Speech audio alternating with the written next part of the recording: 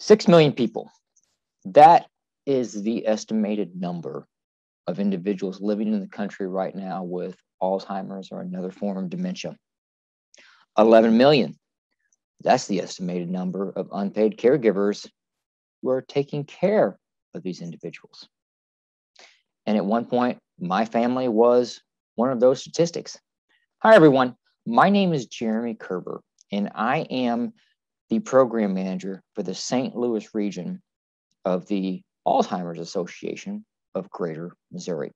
And what we want to do today is to talk a little bit about the concept of understanding Alzheimer's and dementia. You know, I think before we move on, I think it's important to understand that it's also estimated that this disease will cost about $355 billion in 2021. Here we are right now at the end of September. Just stop and think about that for just 1 second. So the purpose of today is to really get a good foothold on what this disease is and what it isn't, recognize how it affects the brain, discuss risk factors, identify stages of the disease. And even though this particular presentation is a bit dated because it's been in existence for a while since the FDA approval of Aduhelm, which is the first FDA-approved treatment, I should say. I was going to say cure, that's not the case. Treatment for specifically Alzheimer's. And then we're going to look at really how scientists are working to advance research, and then go through some different resources that are available through the association, all of which I think are going to be really important for you. And we're going to take a few extra moments at the end to go through that. Are you ready? Here we go.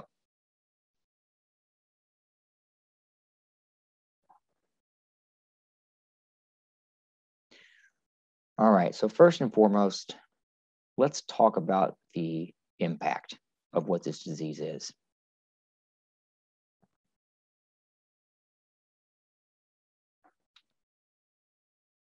I always feel like I'm on the Family Feud here when we go through these quizzes. So first and foremost, how many Americans are currently living with this? Well, we said it earlier on that we're looking at right around, give or take, 6 million. By 2050, this number is projected to rise to nearly 14 million. It's a lot of individuals with some form of dementia.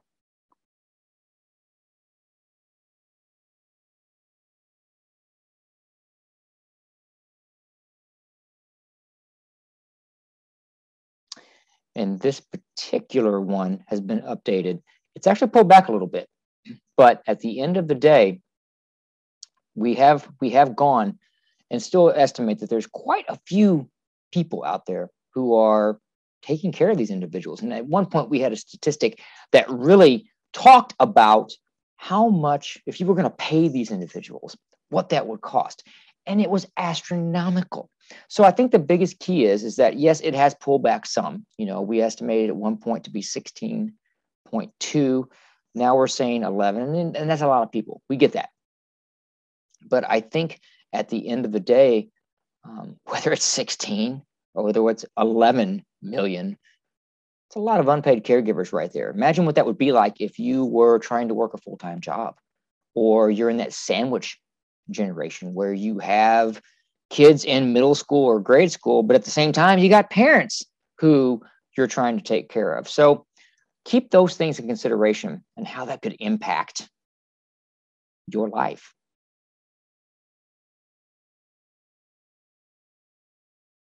Okay, so let's hop into just a short video here. Let's kind of solidify these facts. Here we go.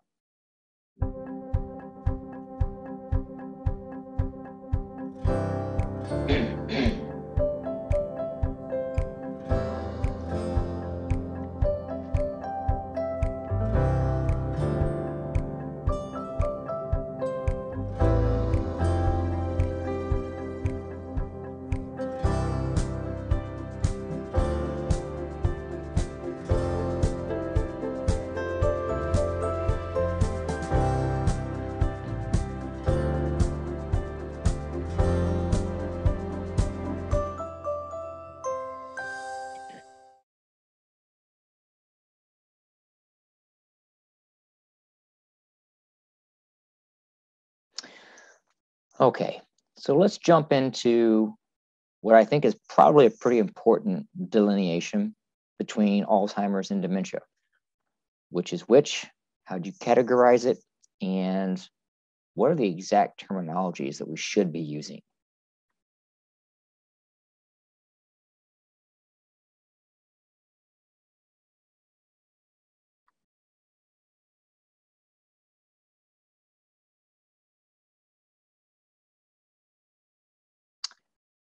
True or false? Alzheimer's is a normal part of the aging process. We're going to call that false. It's a brain disease, and there's absolutely nothing that's normal about it.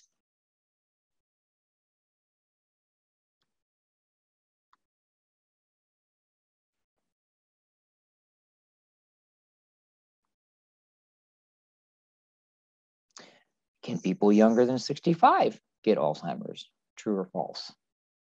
Well, unfortunately, the answer to that is going to be true. Now, it's very rare, but there are cases where people have developed the early onset Alzheimer's as early as in their 40s.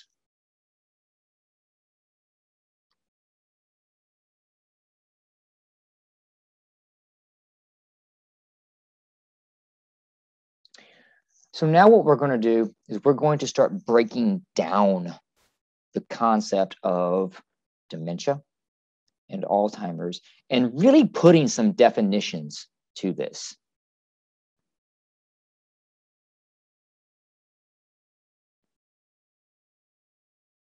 Dementia is the umbrella term for an individual's changes in memory, thinking, or reasoning. There are many possible causes of dementia, and Alzheimer's is the most common cause. Other causes of dementia are vascular dementia, which is marked by changes in the blood flow and the blood vessels in the brain.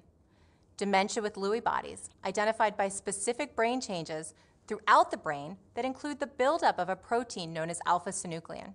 And frontal temporal dementia, which is marked by brain cell loss in the front sections of the brain or the frontal lobe. Each type of dementia may have distinct characteristics to cause specific behaviors in the individual, but there is also some overlap in behaviors among the types of dementia.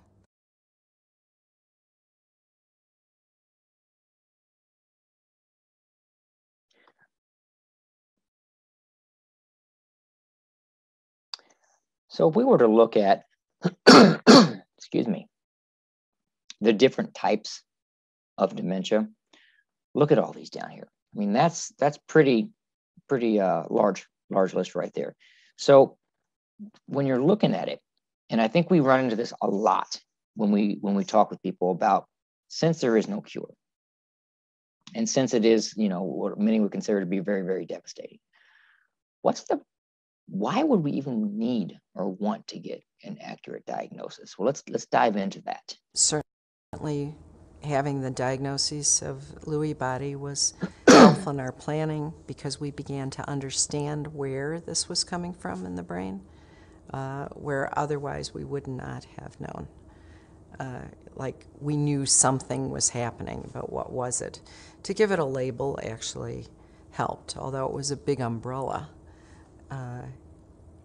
It explains some of the characteristics and symptoms that we were experiencing and seeing.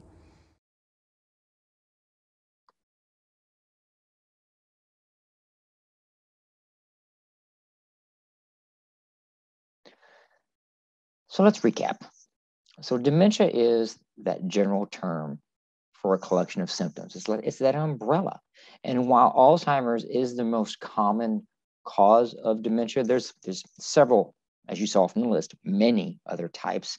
And they can actually affect a person several different types. It's not always just one or the other.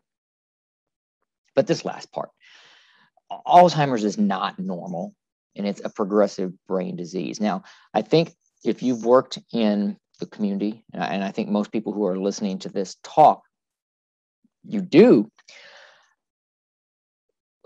Why? Why is Alzheimer's or dementia not talked about more?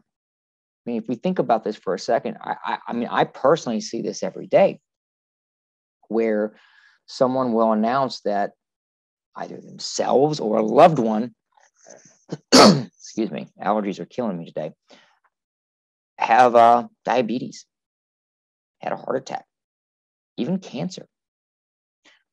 But dementia, we don't talk about that. It's really because there is a stigma. So one of the things that we're trying to do by talking about this today is to break that stigma. And again, I do apologize. I've got the allergies kicking in, so hopefully you'll give me a little grace as we move through this.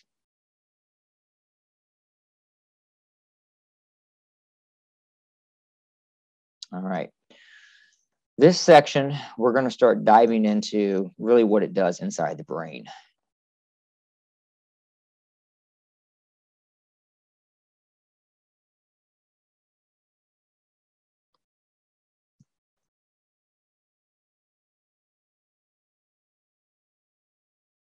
More than 100 years ago, Dr. Alice Alzheimer's described specific changes in the brain, what we call the formation of plaques and tangles.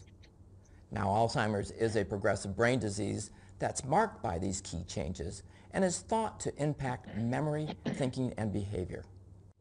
The brain has three main parts: the cerebrum, the cerebellum, and the brainstem. Each one plays a role in how the body functions.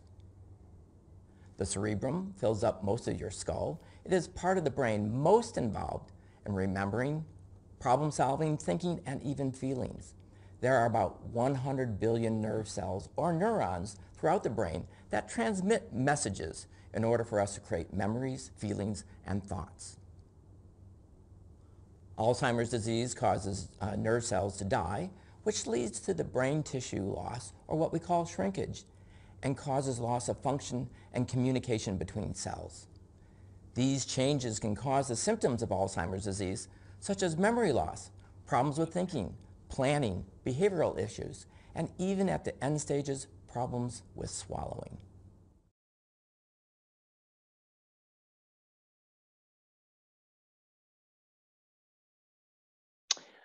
All right, so for a recap, this disease was first seen well over 100 years ago.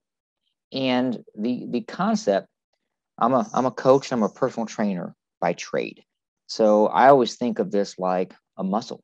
You know, a muscle that you strengthen, it's going to grow, but a muscle that you don't use, it shrinks. And that's the visual image of what nerve cells happen, what happens to the nerve cells, I should say, in the brain, is that it shrinks. All right. And because of this, because the cells are dying, results change in memory, thinking, and behaviors.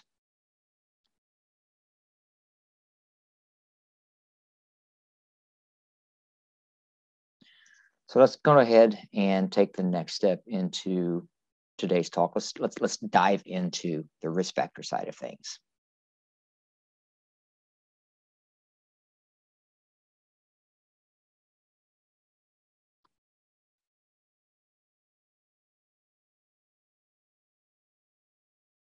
All right. So if you were to have to guess what the greatest known risk factor for developing Alzheimer's disease would it be genetics?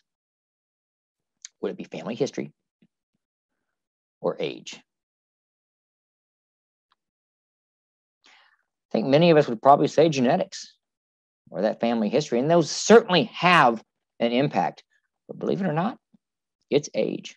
So after age 65, the risk doubles every 5 years, and 32% of people over the age of 85 and older have Alzheimer's.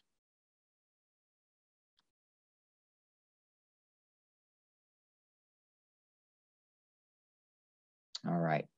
So now we're going to hear from another one of our association experts regarding risk factors.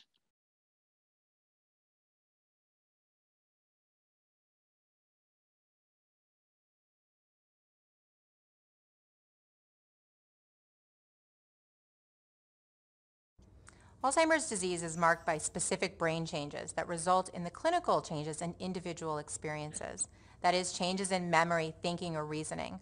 And ultimately, Alzheimer's is fatal. The exact cause for these changes is unknown, but there are some hints as to what may contribute to an individual's risk. Age is the greatest known risk factor for Alzheimer's, and when we look at populations of people, we see an increased risk over the age of 65. However, Alzheimer's is not normal aging. Family history is also a known risk factor. Research has shown that those who have a parent or a sibling with Alzheimer's are more likely to develop the disease, and that risk increases if more than one family member has Alzheimer's. When we talk about the genes involved in Alzheimer's, there are two categories that could potentially be involved: risk genes and deterministic genes. Risk genes increases an individual's risk for developing the disease, but does not guarantee that they will develop Alzheimer's. Deterministic genes, which are rare for Alzheimer's, guarantee that the person will develop the disease.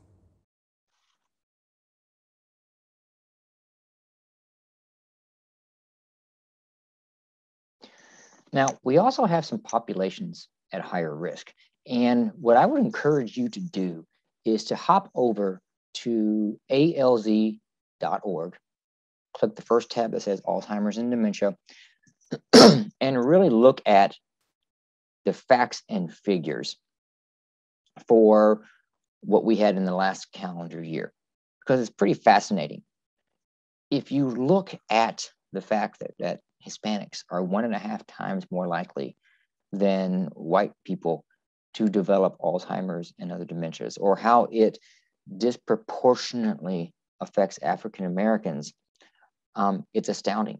And so what we've seen even during the COVID era, if you will, is a wildly disproportionate in terms of how these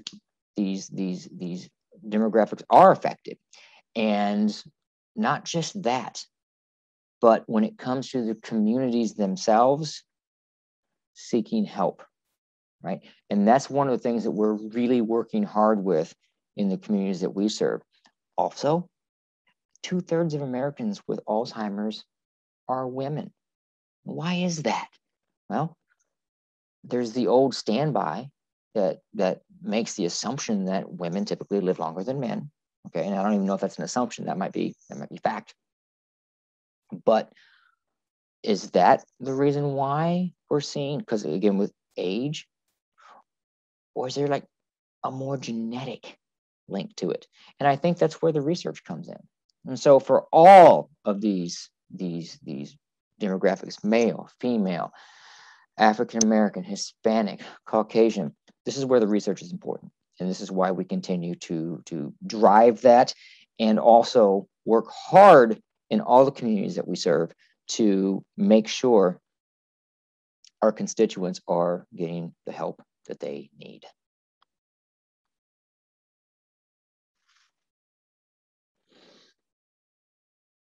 All right, so let's recap this.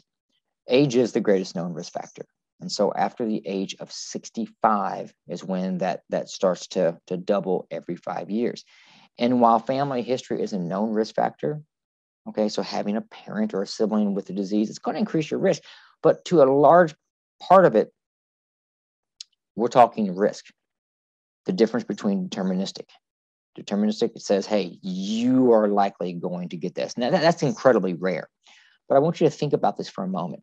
There's a lot of us running around out there, myself included, that has diabetes that run in the family or heart disease that runs in the family. So while it's a different conversation, a risk gene means that you have a potential to develop that. But it also is predicated on what you're doing to maybe reduce your risk of that. See where I'm going with this? So someone who has a parent that developed diabetes at 55 through healthier lifestyle choices, they still may get it, but maybe they get it at 75 instead of 55. And the research that's going into lifestyle around Alzheimer's and dementia is fascinating because the correlations that we're seeing, well, it says the same exact thing. So again, different topic for a different time, but I always like to point that out. And then Hispanics, African Americans, and women are at increased risk. That's true.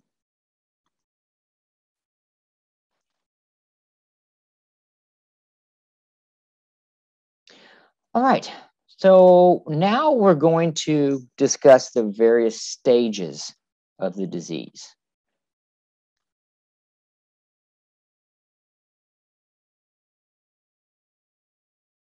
All right, so first and foremost, we're going to go through a couple different vignettes here. And these are individuals who are living with this disease today. So first, let's start with the concept of a different kind of forgetting. Of forgetting. It really, really is. It's not just forgetting where I put my car keys. It's much deeper than that. And for example, I cannot read a book. I used to be a voracious reader because by the time I turn a page, I have forgotten what I had read. And if you're reading a novel, you have to know what transpired before in order for you to continue to read on. And so I can't read a novel, so I've even stopped trying. Another thing we see a lot is really losing the words or the inability to find words in conversation. I can't do a simple tip anymore. You know, I sit there, I stare at it. It's crazy what numbers I can't deal with anymore. And in some ways, that's the disease to me. The other thing that I've increasingly been struggling with are words, which I've dealt with words my entire life. You know, as an avid reader, as a reporter, as a writer.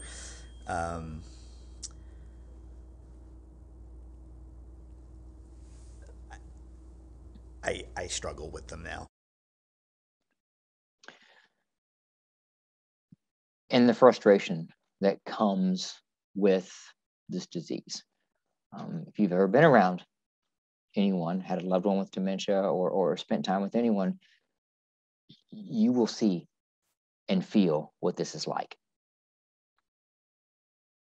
Like an overachiever, and when you're unable to deliver or you're not performing at the same pace that you once did before, that's frustrating. It's frustrating to not know where you place things. It's frustrating to not be able to explain to someone the problems that you're having. You can't articulate it in a way.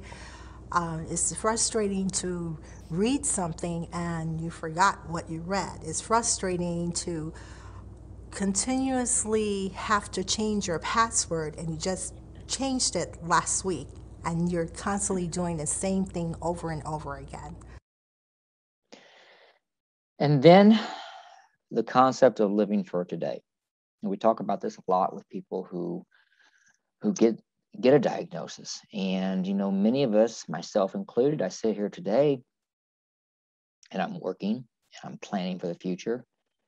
And every 2 weeks when I get paid, money goes into my 401k. But for an individual that has been diagnosed with Alzheimer's or another form of dementia, it's changed. I think the thing that surprises me the most about my dementia is that it is progressive, and I'm finding that I'm forgetting more. And they do memory tests for me all the time at the doctor's, and so that becomes a little disconcerting at times to see my cognitive impairment continue to decline. But again, I really have hope. I don't live really in the future. I can't live in the future. I can't worry about what the future is going to bring. I have to live for today.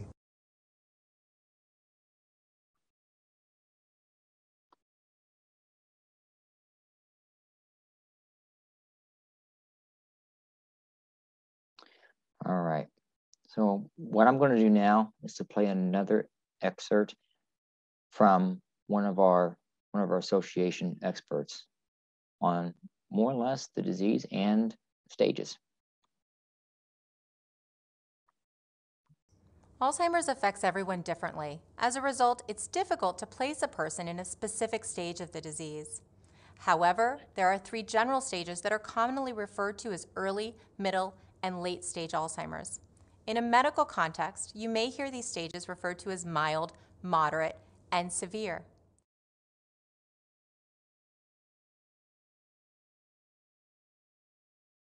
In the early stage of Alzheimer's, an individual may be able to function independently. However, they may start noticing more frequent memory lapses.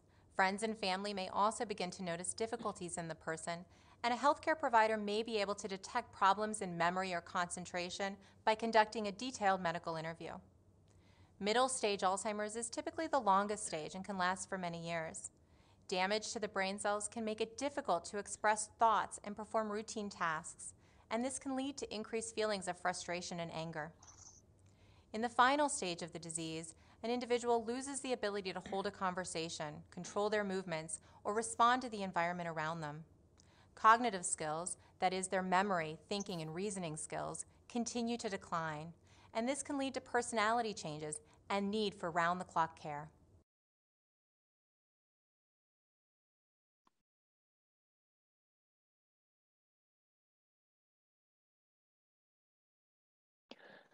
So even though, and I've actually seen other organizations or charts, if you want to call it that, that have multiple stages to it. Typically, as the association, we're going to look at it in 3 buckets: early, middle, and late, or mild, moderate, and severe in that medical context. One of our longtime educators, whose husband passed away of early onset, uses this phrase in her education quite frankly, and she says frequently, and what she'll say is, if you've seen one case of Alzheimer's, you've seen one case of Alzheimer's. So no 2 individuals are going to experience symptoms and progression in the exact same way. And while symptoms are going to worsen over time, for a variety of reasons, people will progress through stages at different rates. And you will see their abilities change as they go through this progression.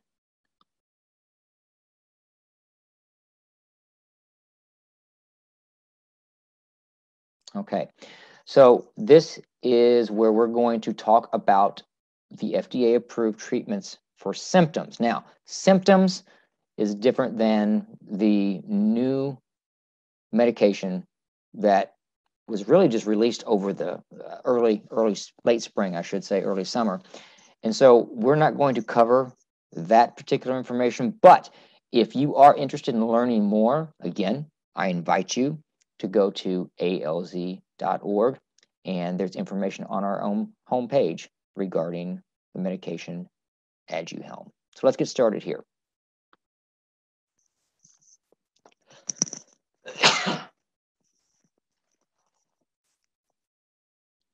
Had to sneeze, forgive me.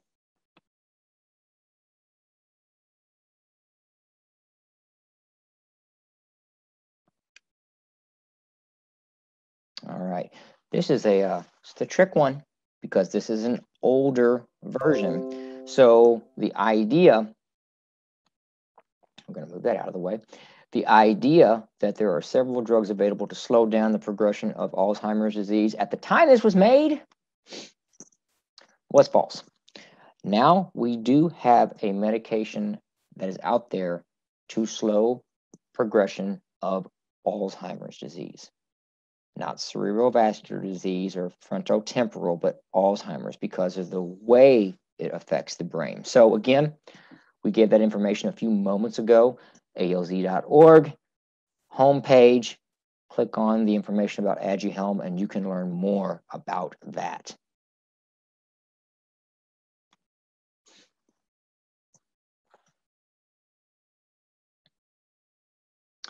All right, so the video we're getting ready to watch now is going to be one that really breaks down the medications that are available today to treat symptoms. So let's give this a listen. There are currently several drugs that are FDA approved to treat the cognitive symptoms associated with Alzheimer's disease. They treat the symptoms, but they don't treat the underlying cause. So eventually people will progress, but they do treat some of the symptoms and help people for a time.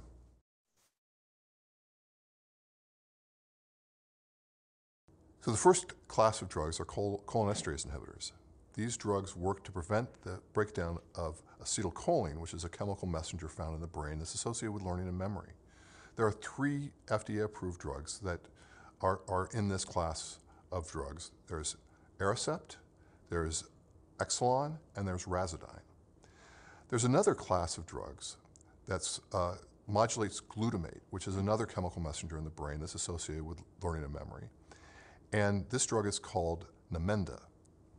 And then there's a final class, which is actually a combination of cholinesterase inhibitors and glutamate modulator, and this is called Namzaric.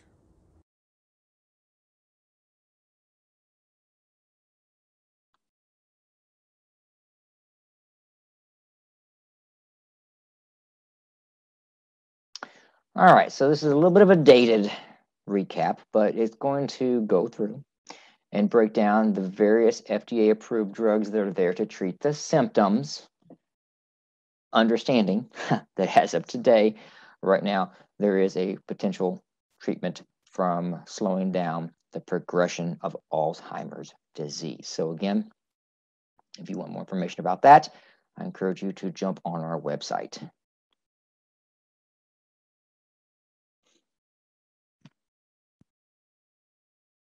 Okay, so we're kind of in the home stretch here, just a little bit. So what we're going to do now is kind of go through the research talk. We're going to talk a little bit more about resources, and then I'm going to dial in. I'm going to stop sharing this presentation, and I'm going to talk to you specifically about some of the resources that are available, not only for you, but for the people that you serve in the community. So let's jump into this.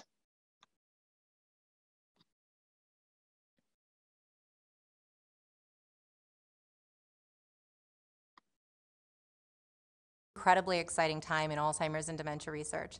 The advancements that we've made in the last decade to understand the disease as a continuum, meaning that the biological changes are starting a decade or more before someone is experiencing the changes in the memory and thinking. This sets the stage for possible prevention. The idea that when we have the tools to identify those individuals at the earliest time point, and when we have the interventions to target individuals at that earliest time point, we can intervene to stop or slow the progression of the disease before an individual loses their memories. Remember earlier when I talked about exploring lifestyle factors? Excited about what we're learning these days regarding lifestyle. One of those things that we've seen in the past are things like exercise and nutrition have now started to gain more momentum to indicate to us that it can change your ability to slow cognitive decline. That is really the first stages of Alzheimer's disease. This may include things like social engagement, mental cognitive training. It can be things such as exercise. It can be nutrition. All those things are now starting to point that they will lower your risk for Alzheimer's disease. And everything that we're doing is obviously we call furthering the mission, but moving towards that cure. On the Alzheimer's Association, all the research that is being done. Even though there is not a cure today for the disease, I know in my heart there is going to be a cure one day. And I know we're getting closer for that cure. Because even if you fail in a research study, you learn from that failure in the research study. That failure always brings progression. And securing the funds. I mean, like many nonprofits, we cannot do what we do without that. Actually, as we record this today, we are less than 24 hours from the St. Charles Walk, which is one of the biggest walks in the country. So the importance of what we do is not only to raise money for the basic operations of doing education and services for our communities, it's also funding that research. See the association spearheading in many ways the emphasis on getting the money at the federal level and at the private sector to get the research done so that someday there will be an effective treatment, hopefully cure, hopefully prevention. All right.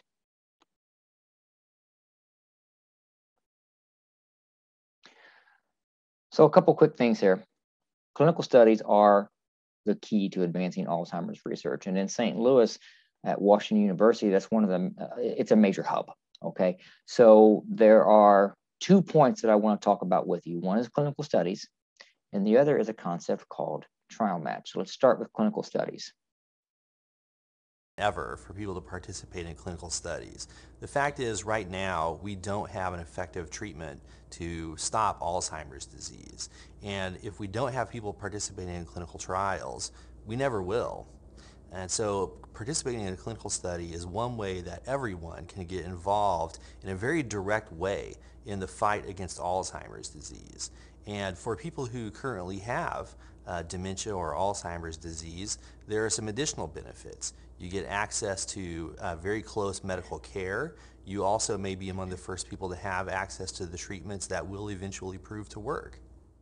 Sometimes you hear the phrase, it's a failed trial. That means that it didn't hit the endpoint, it didn't achieve an FDA-approved drug. But I would say as a scientist, the only failed trial is one that doesn't give you valuable information. And if the trial is well designed, if it is a good scientific experiment, you get extremely valuable data so that you can plan the next trial and do the next study even better than the last one. And it gets you that much closer to that FDA-approved drug, to that effective treatment, and maybe someday even a cure. So how do you get there? How do you get involved? And that is where a concept like trial match exists.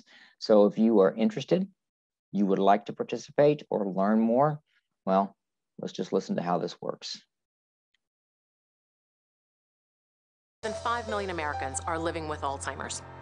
By participating in clinical research, you can move us toward methods of treatment and prevention for all those affected by this devastating disease. Alzheimer's Association Trial Match is a free clinical studies matching service for those with dementia, caregivers, and healthy volunteers. To start, simply create a confidential user profile and receive a list of studies that may be a match for you. Don't just hope for a cure, help us find one. All right, good, strong. Call to action.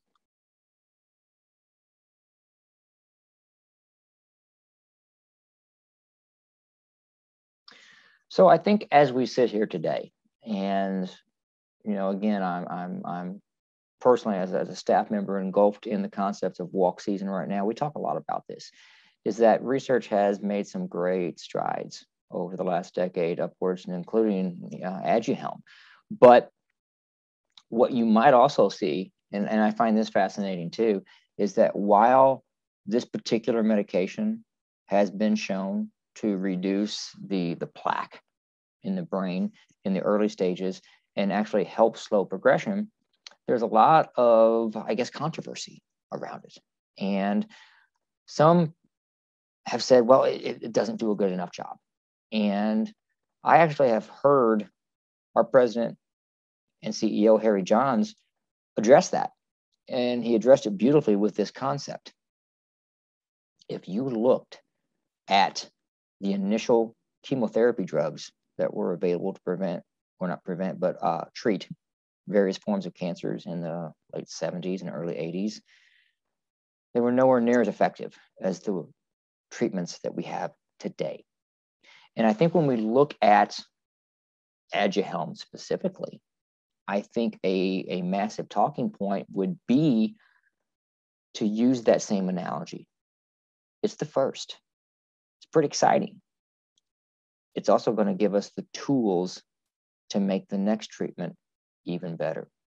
So if you're in this journey right now with a loved one, someone close to you, a friend, yeah, there's a lot of emotions a lot of feelings, a lot of maybe even misinformation that's out there. But what I can tell you is that research, what we're doing, what other partner organizations are doing, this stuff is remarkable.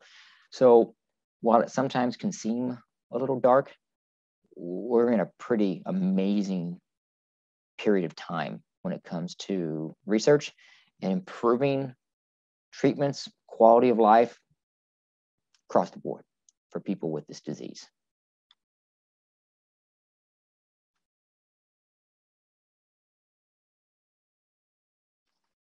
Okay, let's break into a little bit more about what we do and how we do it.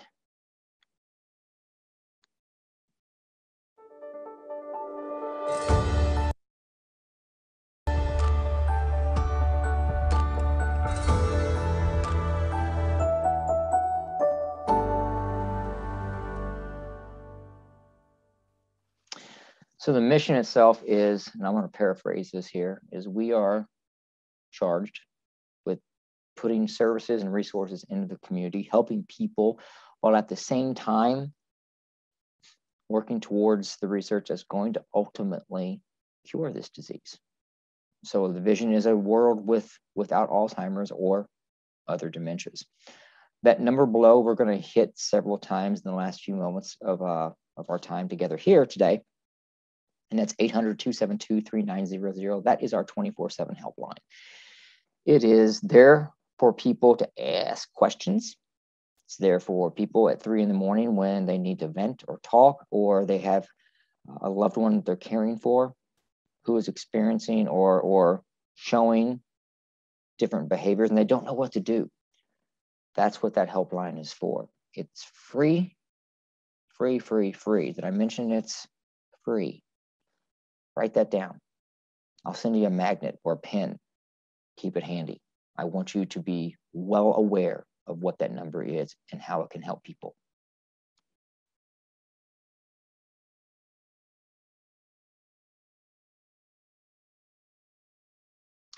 So right now, what I'm going to do, I'm actually going to bypass these little videos right here because I think they're awesome. I really do. But a couple things I want to point out. We just talked about the helpline. We've already talked about alz.org. One thing that I think is really unique, though, and that is the Community Resource Finder. I am going to stop sharing here. Oh, there's me. And what I would like to do is pull up this document right here. And I think it's going to show it in a backwards format for you. So I'm going to kind of break this thing down right here. Community Resource Finder. All right, we talked about that just a minute ago. That's a neat service because if you're looking for education or support group or early stage, or maybe you're looking for other services such as in-home healthcare or elder law attorney, you can literally push that in, type in your zip code, and it's going to pull up classes, support groups, services that are in your area. That's cool. That's a neat tool right there. But if you're looking for something maybe a little more detailed, well, we have what's called a care consultation. That's a free service with one of our social workers, and it really breaks down to planning. Why is an early diagnosis important? Well, it's because we want to have not just the family or the care partners, but also those individuals with that diagnosis to come in and really piece together what the next several years might look like. Now, we all know that the best laid plans of mice and men can go awry, but this is important stuff. We offer education programs. We offer support groups in various communities, not just for people with dementia, but also the caregivers. Social structure, very, very important. And then one neat concept that we are working with very hard right now, especially as we are moving. I don't think we really moved out of COVID, but we're in that weird period. I say, you can't say post-pandemic, but at any rate, and that's what we call our Faith Outreach Initiative. So what does that mean? Well, a Faith Outreach Ambassador is a person, I like to think of them as the know-it-all inside of a church, mosque, synagogue, faith-based organization. And they serve an important role because they are the conduit from the association to that organization and from that organization to the association. Imagine we have 30 staff members that take care of 96 counties throughout Missouri and a few counties over into Illinois. That's a lot of territory.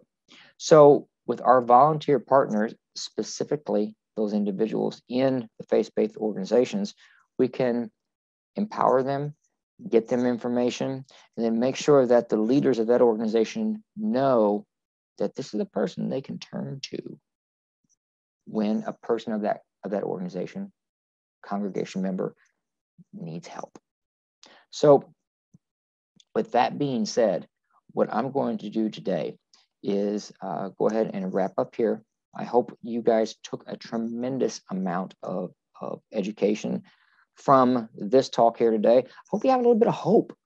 You know, we talk about sometimes this is such a stigma attached to this disease, people kind of linking it to or liken it to mental illness, and it's not. It's a progressive brain disease. So what we want to do is we really want to get this conversation started. And I think the people that are going to be watching this here today, you are in the community. You are the ones who are out there doing the work.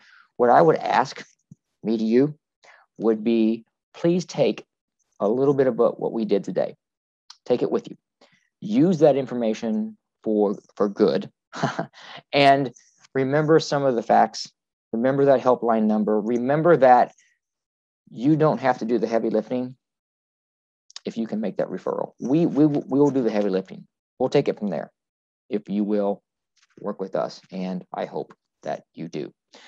Thank you so much for being here today. We appreciate you, and if there's anything else that we can do, feel free to give me an email at jkoerber@alz.org.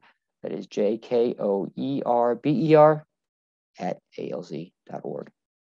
Thanks so much. We appreciate it, and have a great day.